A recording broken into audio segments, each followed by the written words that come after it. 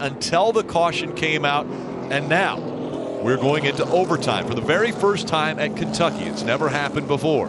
You know, I know people at home sitting there talking about why didn't they pit? I mean, why? They had the fastest car. Why didn't they pit? Because sometimes when you're the leader, Steve, it's actually a disadvantage. And you said it.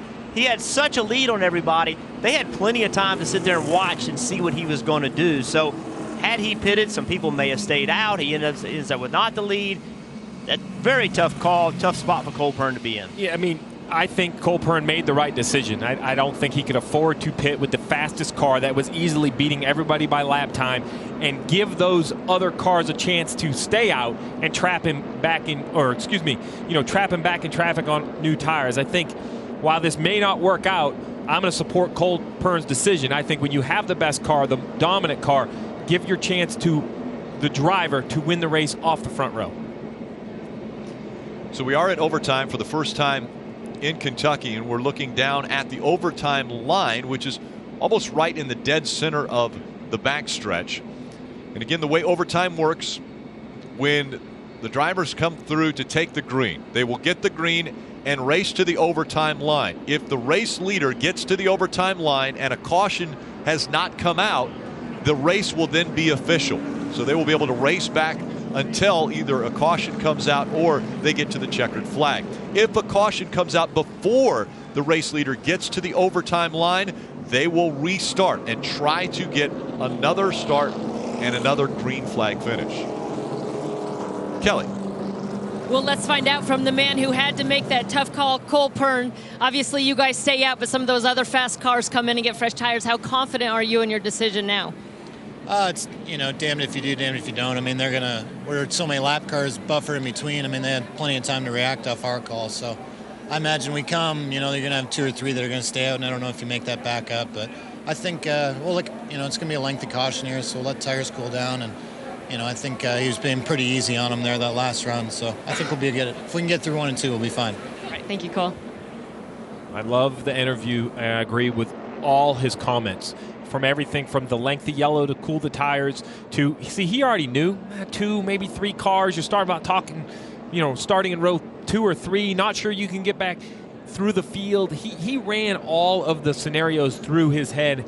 Veteran crew chief, I agree with the decision. Now, it's still maybe a losing decision for the 78, but I do agree, Jeff, it's all going to come down to 1 and 2. If he gets off from turn 2 clear and can just protect the bottom of 3 and 4, that's all it's going to take. Yeah, and Cole agrees. We've all agreed. It's all about how he launches. And right now, you see Martin Truex swerving back and forth, trying to get those tires cleaned up, make sure there's no debris on those tires, so when he accelerates, he won't spin them. You cannot spin those rear tires, but it's so difficult. You have older tires, hotter tires than everyone else.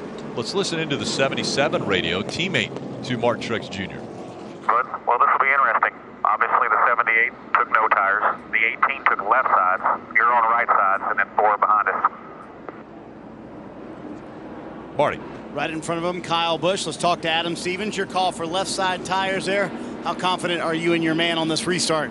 I'm confident in Kyle, but I don't know what the heck's going to happen here. I didn't expect everybody to take 4 tires. I really thought the 42 would stay since he'd be on the front row, but found ourselves in a good spot, but it's going to be hard to get there. It's going to be hard to stay there.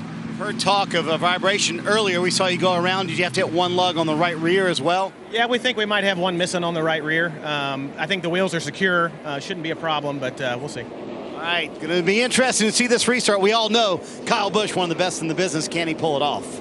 And you see Kyle Larson on the outside. Is he going to try to make it 4 wide?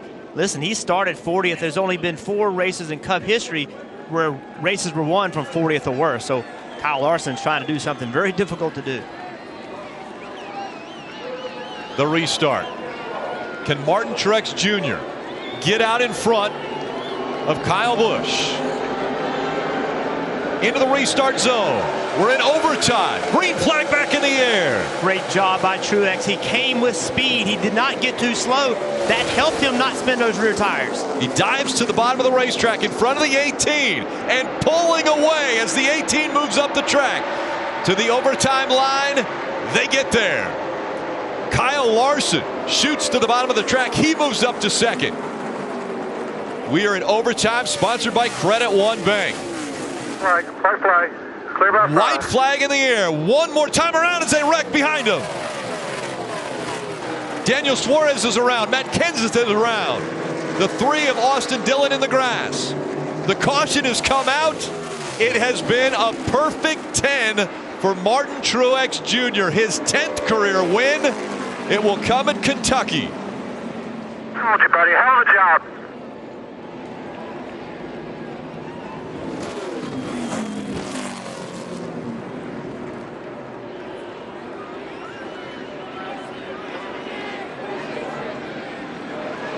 What a race for Martin Truex Jr.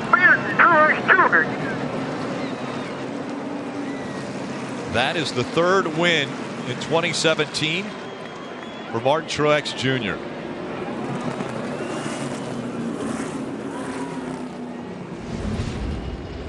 And the wreck coming off of turn 4. Darrell Wallace just way up the racetrack. Pushed the 20 out of the groove. 20 spun and all that loose debris. Nothing Suarez or Dillon could do. They were well past that overtime line, which determines if they will restart again. Almost got to the white flag. What an amazing restart. Let's look again at this. That was a great restart. Martin Truex Jr. had hotter tires. Look at the speed he's carrying. He did not get slow. If had he slowed down too much, that would have made it more difficult for him to get going without spinning the rear tires. Great job by Martin Truex Jr. Had the fastest race car in adverse conditions, though, with old tires, and he found a way to make it happen. I thought he was done. When everybody pitted, no way, he's done. Great recovery. This moment presented by Sunoco, fueling victories all season long. And Martin Truex Jr. giving the crowd here at Kentucky an incredible show. Is he in there somewhere?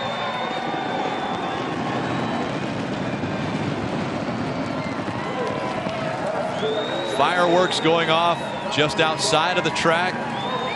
Martin Truex Jr. smoking down the rear tires with that burnout, and the crowd roars.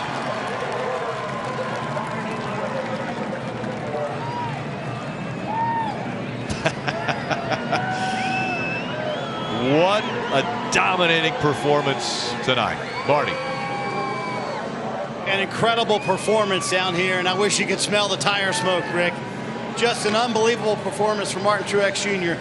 It takes speed, it takes execution, but I got to know, when everyone else pitted, were you thinking, I'm done? I thought we were dead. I thought we were done. This is completely unbelievable. I'm so excited to win here. It felt like we had a shot last year and it got away from us on fuel mileage, and just wanted to win here so bad after that. So it's a sweet redemption. I got to say hi to Sherry back home. She didn't make it this weekend, so love you, babe. And all these awesome fans, thank you guys so much for coming out. What an awesome crowd. Hope they enjoyed it, man. That was a whole lot of fun. When you have a dominant car like that, how worried are you, Martin, in those final 100 laps or whatever? Worried every lap, waiting for caution, just especially at the end. You're counting them down, 30, the last 30, the last 20, the last 10, and then you get inside of 5, you're like, oh my God, there's no way there's not going to be a caution, and sure enough there was, but fortunately able to hold them off. This thing was just so stout tonight, and a good push from Larson helped us a bunch. I know these fans are excited to see you in victory lane. We'll see you there in a second. Thank you, buddy. Appreciate it, guys. Thanks, everyone. Hey, Rick, we don't have a fog machine down here, I can guarantee you. That's all tire smoke from that 78 car. Martin's going to try and clean it out a little bit before he hops back in. But first, that checkered flag.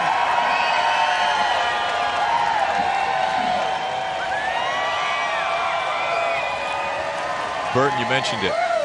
You compare it to the dominant performances that we've seen in the past, the clutch performances of great athletes that have gone out and done things that you just can't believe could possibly happen.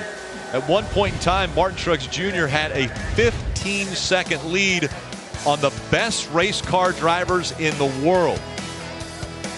And it took a restart for him to get the win, clinch this win after winning the stages. We'll see him in victory lane next.